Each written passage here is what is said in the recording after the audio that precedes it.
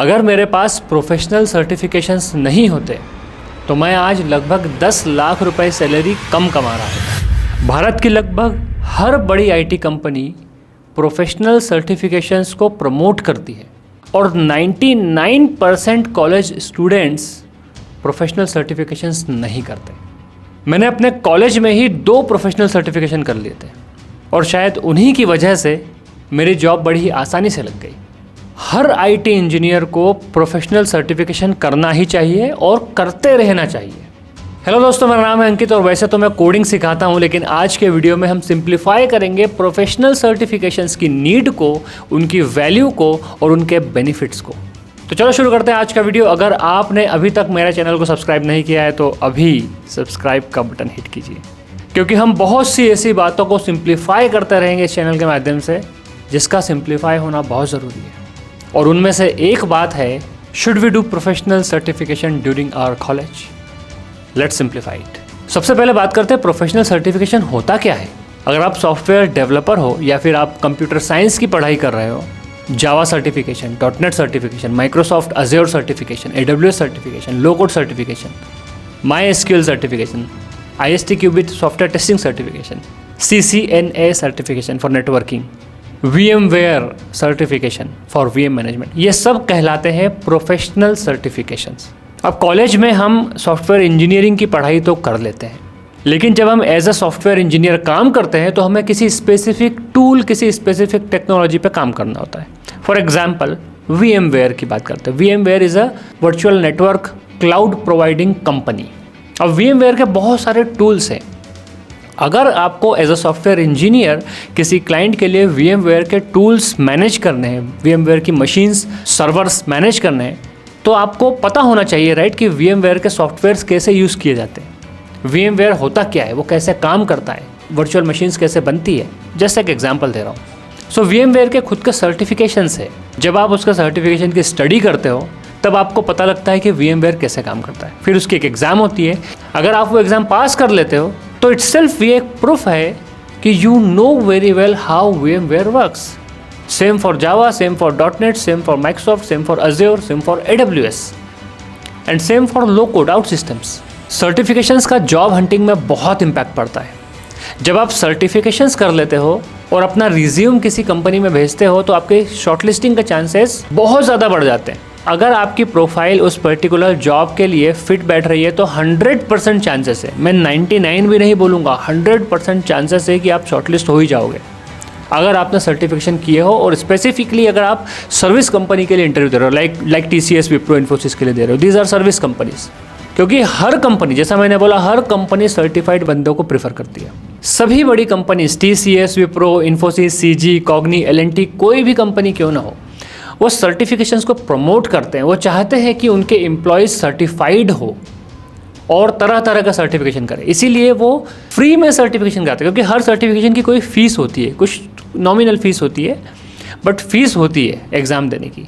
तो कंपनी, अगर आप कंपनी में जाके आप एज एन एम्प्लॉय सर्टिफिकेशन करते हो तो आपको कंपनी पैसा देती है सर्टिफिकेशन करने का, क्योंकि वो, ताकि वो क्लाइंट को बोल सके कि we have a certified work force. और यकीन मानिए इसका बहुत ज़्यादा बेनिफिट होता है from the company perspective. I have worked as a pre sales architect, as a scrum master काम कर चुका हूँ, एज अ प्रोजेक्ट मैनेजर काम कर चुका हूँ। जब भी हमारे पास कोई प्रोजेक्ट आता है तो हमें क्लाइंट को प्रोफाइल भेजनी होती है कि ये डेवलपर्स है हमारे पास में, ये हमारे पास में टीम है। क्लाइंट फिर उनका इंटरव्यू लेता है और फिर क्लाइंट शॉर्टलिस्ट करता है कि ये बंदे मेरे प्रोजेक्ट पे काम करेंगे। अगर हम एक 5 साल एक्सपीरियंस वाले बंदे का रिज्यूम भेज रहे हैं जो टेक लीड के लिए क्वालिफाई होता है, अगर वो सर्टिफाइड बंदा है, फॉर एग्जांपल जावा डेवलपर की अगर बात हो रही है, अगर उसने जावा डेवलपमेंट में 2-3 सर्टिफिकेशंस किए हैं और किसी और बंदे का रिज्यूम भेज रहे हैं जिसने कोई सर्टिफिकेशन नहीं किया है लेकिन वो इक्विवेलेंट टैलेंटेड भी है, लेकिन फिर भी जिसके पास सर्टिफिकेशंस है उसके लिए कंपनी ज़्यादा चार्ज करती है क्लाइंट को, और क्लाइंट पे भी करता है। अब अगर कंपनी ज़्यादा चार्ज कर रही है सो ऑब्वियसली जब आप इंटरव्यू दोगे, अगर आपके पास सर्टिफिकेशंस है, आप ज़्यादा सैलरी मांग सकते हो और मिलती भी है। अगर मेरे पास इतने सर्टिफिकेशंस नहीं होते तो मैं 10 लाख रुपए कम कमा रहा होता और 10 से ज़्यादा कम कमा रहा होता। Because of these many certifications मेरी वैल्यू बढ़ गई। सर्टिफिकेशंस का एक और बड़ा फ़ायदा होता है, अगर हम जावा टेक्नोलॉजी में काम कर रहे हैं या फिर हम टेस्टिंग के सर्टिफिकेशन की बात करते हैं, ISTQB सर्टिफिकेशन की बात करते हैं, अभी हम एज एन एम्प्लॉय सर्टिफिकेशन करने की बात करते हैं। अब मैं ऑलरेडी काम कर रहा हूँ, मैं किसी कंपनी में एम्प्लॉयड हूँ और मैं सर्टिफिकेशन कर रहा हूँ।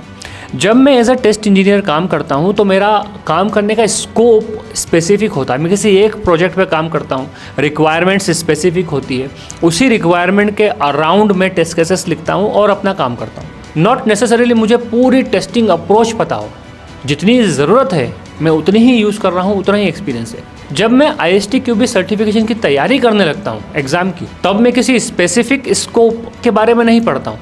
उस सर्टिफिकेशन के लिए जितना स्कोप डिसाइडेड है मैं उसके बारे में पढ़ता हूँ। मुझे 2-4-5 दिन, एक हफ़्ता तो पढ़ना पड़ेगा, राइट? तो मैं उसके अराउंड सारी चीज़ें पढ़ता हूँ, अंडरस्टैंडिंग लेता हूँ, जिससे अननोइंगली मेरा नॉलेज बढ़ता है। मुझे पता चलता है कि टेस्टिंग में इतनी सारी चीज़ें भी है। Same for Java, same for .NET, same for PHP, same for MySQL, same for SQL server, सभी तरह का सर्टिफिकेशन पे ये बात लागू होती है। तो जब आप सर्टिफिकेशन की तैयारी करते हो तो अपने आप ही आप उस टेक्नोलॉजी में एक्सपर्ट होते जाते हो। और अगर आपने एग्ज़ाम क्लियर कर ली तो ये प्रूफ हो जाता है कि you are expert in that scope, जो उस सर्टिफिकेशन का स्कोप है उतने में तो आप एक्सपर्ट हो। अब बात करते हैं कि क्या कॉलेज में आपको सर्टिफिकेशंस करने चाहिए। अगर करने चाहिए तो क्यों करने चाहिए, उनका क्या फ़ायदा होगा, ऑफ कैंपस सिलेक्शन में क्या फ़ायदा होगा, कैंपस ड्राइव में क्या फ़ायदा होगा और कौन से सर्टिफिकेशन करने चाहिए। पहले सवाल का सीधा सा जवाब है कि हाँ, आपको करने चाहिए, और न सिर्फ कॉलेज में करना चाहिए। कॉलेज के बाद जब आपकी जॉब लग जाती है तो आपको हमेशा सर्टिफिकेशंस करते रहना चाहिए, क्योंकि नए नए सर्टिफिकेशंस आते रहते हैं। आप जितने ज़्यादा सर्टिफिकेशंस करोगे उतने ज़्यादा सीखोगे। मैंने अभी तक 7 किए हैं और नेक्स्ट वीक अगले सर्टिफिकेशन की एग्ज़ाम देने जा रहा हूँ। अब इसके फ़ायदे की बात करते हैं। सपोज़ मैं अपनी कंपनी की तरफ से एज अ पैनलिस्ट आपके कॉलेज में इंटरव्यू के लिए आया हूँ, कैंपस ड्राइव के लिए आया हूँ। मेरे पास 50 रिज्यूम आए, इन 50 बच्चों के इंटरव्यू लेना है। 50 ने जावा में अपना प्रोजेक्ट किया है। बैक ऑफ द माइंड मुझे पता है कि मेरी कंपनी में किसी टीम में जावा डेवलपर्स की ज़रूरत है, फ्रेशर जावा डेवलपर की ज़रूरत है, या मुझे रिक्वायरमेंट मिली है कि मुझे 15-20 जावा डेवलपर तो लेके आने हैं। मेरे HR ने मुझे ऐसा कहा है, ठीक है। जब मैं रिज्यूम पढ़ रहा हूँ तो मुझे दिखा है कि 3 बच्चों ने जावा में सर्टिफिकेशन किया है। उन 3 में से एक ने टेस्टिंग में भी किया है, जावा और टेस्टिंग के एंट्री लेवल सर्टिफिकेशन किए है। अब जब मैं इंटरव्यू लूँगा तो मैं इन 3 बंदों पे ज़्यादा फोकस करूँगा, क्योंकि मुझे पता है कि अगर इन्होंने सर्टिफिकेशन करा है तो ऑफकोर्स इन्होंने पढ़ाई करी होगी सर्टिफिकेशन के लिए, पढ़ाई करी है, एग्ज़ाम दिए, तो ऑफकोर्स इन्हें उस सर्टिफिकेशन के स्कोप के अराउंड तो नॉलेज होगा। चलो 100% ना हो, 50% तो होगा ही।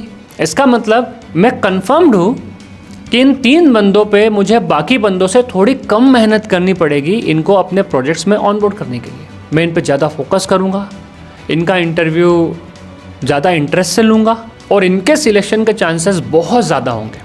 ये कहिए कि 100% होंगे ही होंगे, क्योंकि मुझे अगर 15 बच्चे लेने हैं तो मैं इन 3 को तो ले ही लूँगा और उस बच्चे को ज़्यादा प्रेफरेंस दूंगा जिसने जावा तो किया ही किया, टेस्टिंग भी किया है, क्योंकि मुझे पता है उसका टेस्टर माइंडसेट भी है। तो जब वो डेवलपमेंट करेगा टेस्टिंग माइंडसेट से करेगा, डिफेक्ट्स कम आएंगे। एज अ टेक लीड मुझे कम मेहनत करनी पड़ेगी उस बच्चे को ये समझाने के लिए कि तुमको किस तरीके से काम करना है। अगर आपका कॉलेज में कैंपस सिलेक्शन नहीं हुआ, आप पुणे, बेंगलोर, मुंबई में जा रहे हो, आप ऑफ कैंपस ड्राइव में जा रहे हो, उस समय भी जब आप मेरी कंपनी में आओगे और मैं as a off campus panelist आपका इंटरव्यू लूँगा, अगर मैंने देखा कि आपके पास में सर्टिफिकेशन है, मैं आपका इंटरव्यू ज़्यादा इंटरेस्ट से लूँगा और आपके सिलेक्शन के चांसेस 100% बढ़ जाएंगे। मैंने अपने कॉलेज के दौरान सर्टिफिकेशंस कर रखे थे, जावा कर रखा था, ISTQB कर रखा था, और मुझे लगता है कि उसी की वजह से मेरी पहली जॉब लगी होगी। तो अब बात करते हैं कि कौन से सर्टिफिकेशंस आपको करने चाहिए या आप कर सकते हैं। सबसे पहले तो आपको किसी ट्रेडिशनल टेक्नोलॉजी में सर्टिफिकेशन कर देना चाहिए, लाइक जावा या फिर .NET में। आपको अपने कॉलेज में ट्रेडिशनल सॉफ्टवेयर डेवलपमेंट तो सीखना ही चाहिए सबसे पहले। अब आपने सीख लिया है, फॉर एग्जांपल आपने जावा सीख लिया है, तो आपको जावा में एक एंट्री लेवल सर्टिफिकेशन कर लेना चाहिए। साथ ही हर बंदे को, चाहे वो कोई सी भी प्रोफाइल में क्यों ना जाना चाहता हो, ISTQB का टेस्टिंग सर्टिफिकेशन तो करना ही चाहिए। क्योंकि अगर आप एक डेवलपर हो या फिर आप डेवऑप्स इंजीनियर हो या फिर आप सपोर्ट इंजीनियर हो, आप कोई भी क्यों ना हो, या फिर टेस्ट इंजीनियर हो, अगर आपका माइंडसेट एक टेस्टर का है तो आपके काम की क्वालिटी 50% से बढ़ जाएगी। क्योंकि जब आप एक टेस्टर माइंडसेट से काम करते हो तो आप डेवलप करते समय ये भी देखते हो कि मेरे कोड से क्या डिफेक्ट आ सकता है, किस फंक्शनैलिटी को वो इम्पैक्ट कर सकता है, ताकि मैं उसको भी टेस्ट करूँ और मैं ध्यान रखूँ कि मेरा कोड किसी और चीज़ को बिगाड़ ना दे। इंडस्ट्री हमेशा उन बच्चों को, उन कैंडिडेट्स को प्रेफरेंस देती है जो टेस्टिंग बैकग्राउंड से आते हैं। ऑफ कोर्स टैलेंटेड होने ज़रूरी है। अगर आप टैलेंटेड भी हो और टेस्टिंग बैकग्राउंड से हो, आपका टेस्टर माइंडसेट है, as a developer, as a tech lead, as an architect, आपको हमेशा प्रेफरेंस मिलेगी। सो आपको एक तो ट्रेडिशनल टेक्नोलॉजी में सर्टिफिकेशन करना चाहिए, ISTQB का टेस्टिंग सर्टिफिकेशन तो कर ही लेना चाहिए। ये 2 सर्टिफिकेशन गलती है। तीसरा सर्टिफिकेशन आप जिसमें भी स्पेशलाइजेशन करते हो, फॉर एग्जांपल आप अगर डेवऑप्स इंजीनियर बनना चाहते हो, आप VM में स्पेशलाइजेशन करते हो, आप CCNA में नेटवर्क इंजीनियरिंग में स्पेशलाइजेशन करते हो, तो आपको उसमें कोई सा सर्टिफिकेशन करना चाहिए, फाइनल ईयर में करना चाहिए। AWS से कर सकते हो, Azure के कर सकते हो, या फिर लो कोड, जैसे मैं लो कोड में काम करता हूँ आउट सिस्टम्स में। आउट सिस्टम्स के बहुत सारे सर्टिफिकेशन है, उसमें कर सकते हो। Mendix, Pega, ये सारे अदर लो कोड प्लेटफॉर्म से जब आप इनके बारे में पढ़ोगे, समझोगे, उसमें कर सकते हो। क्लाउड कंप्यूटिंग का सर्टिफिकेशन कर सकते हो। जस्ट 1 सर्टिफिकेशन काफ़ी है। आर्टिफिशियल इंटेलिजेंस के, AI के आप सर्टिफिकेशन कर सकते हो। प्रॉम्प्ट इंजीनियरिंग का सर्टिफिकेशन कर सकते हो। तो एक ट्रेडिशनल टेक्नोलॉजी का, एक ISTQB टेस्टिंग का, और एक स्पेशलाइजेशन किसी स्पेसिफिक फील्ड में, किसी स्पेसिफिक टूल में। लाइक टेस्टिंग, अगर आप टेस्टर बनना चाहते हो तो टेस्टिंग में भी कुछ टूल होते हैं, like Tosca is a testing tool जो अच्छी डिमांड में है। QTP, इनके भी अपने सर्टिफिकेशंस होते हैं, आप वो कर सकते हो। खर्च आपको आएगा ऑन एन एवरेज 6-7 हज़ार 10 हज़ार पर सर्टिफिकेशन। तो अगर आप 3 करते हो तो 30,000 रुपये का खर्च आएगा, लेकिन वो खर्च वर्थ है। और यकीन मानो, अगर आप 3 सर्टिफिकेशन आपके पास है, तो अगर आपकी 2 लाख रुपये साल की जॉब लग रही है, इजीली 1-1.5 लाख आप उसमें बढ़ा लोगे। 2 की जगह 3.5 की लगेगी, 3 की जगह 5 की लगेगी, 5 की जगह 7 की लगेगी। चांसेस बहुत हाई है। तो आप जो 30-40 हज़ार खर्च कर रहे हो सर्टिफिकेशन में, इजीली कवर अप कर लोगे। अगर मेरे पास ये 8 प्रोफेशनल सर्टिफिकेशन नहीं होते, तो यकीन मानो मैं कम से कम 10 लाख रुपए तो कम कमा रहा होता। और अगर मेरे पास 8 और होते, तो मैं 10 से 15 लाख रुपए ज़्यादा कमा रहा होता। ये मैं अपने एक्सपीरियंस से कह रहा हूँ, और ये 100% सही बात है। मैं रिकमेंड करता हूँ कि बच्चों को अपनी स्टडी के दौरान ही, सॉफ्टवेयर इंजीनियरिंग की स्टडी के दौरान ही सर्टिफिकेशंस कर लेने चाहिए। और अगर आप एक फ्रेशर हो और अभी अभी ज्वाइन किए हो, तब तो आपको सर्टिफिकेशंस करने ही चाहिए। तो अगर हम कंक्लूड करें तो हर सॉफ्टवेयर इंजीनियरिंग स्टूडेंट को सर्टिफिकेशंस करने ही चाहिए, एटलीस्ट 2 सर्टिफिकेशन तो करने ही चाहिए। और 5 साल का एक्सपीरियंस आते आते कम से कम 5 सर्टिफिकेशन तो आपके पास होने ही चाहिए। कई बंदे इसलिए भी सर्टिफिकेशन नहीं करते हैं क्योंकि उन्हें लगता है कि कौन बेवजह पैसा खर्च करे। यकीन मानिए, आपके पास 5-6 सर्टिफिकेशन है और एक तगड़ा वाला स्विच आपको मिल गया, तो जितने आपने खर्च किए हैं उसका 10-20 गुना ईजीली निकाल लोगे। और ये बात मैं इतने दावे के साथ इसलिए कह रहा हूँ क्योंकि मैंने निकाल लिया है। और न सिर्फ मैंने निकाला है, मेरे बहुत सारे कॉलीग्स ने, जिनको मैं जानता हूँ, जिन्होंने सर्टिफिकेशन किए हैं, सब ने निकाला है। तो I will recommend to everyone, चाहे आप स्टूडेंट हो, आप फ्रेशर हो, आपने अभी अभी कंपनी ज्वाइन की, आप 2-3 साल एक्सपीरियंस हो, या फिर आप 10 साल एक्सपीरियंस हो, सर्टिफिकेशंस करना ही चाहिए और करते रहना चाहिए। आज के वीडियो के लिए सिर्फ इतना ही। अगर आपके पास कोई क्वेश्चन हो, ज़रूर पूछिए, कमेंट कीजिए, उसका जवाब दूंगा मैं। जय श्री महाकाल।